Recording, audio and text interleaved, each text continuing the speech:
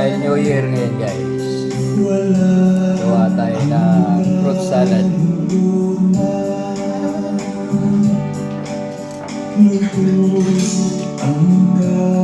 Fruit salad yan guys. Lagyan namin ng kaong. Yung tatlong kulay, may puti, may green, may pula. Tapos fruit cocktail. At saka yung cheese, hidden cheese. Carbonara. Ingredients yan guys is tuna, cream, may shrimp, ham. Guys, oh.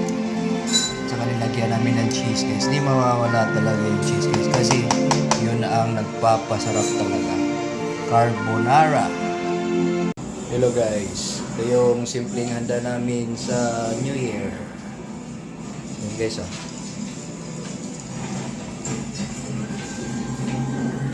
Carbonara, fruit salad, chicken, patatim, kakanin,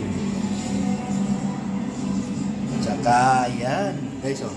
Muntik na maubos ko guys. Squid.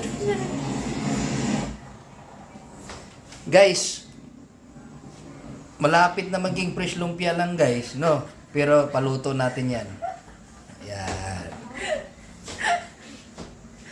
See you guys, alas 12. Happy New Year.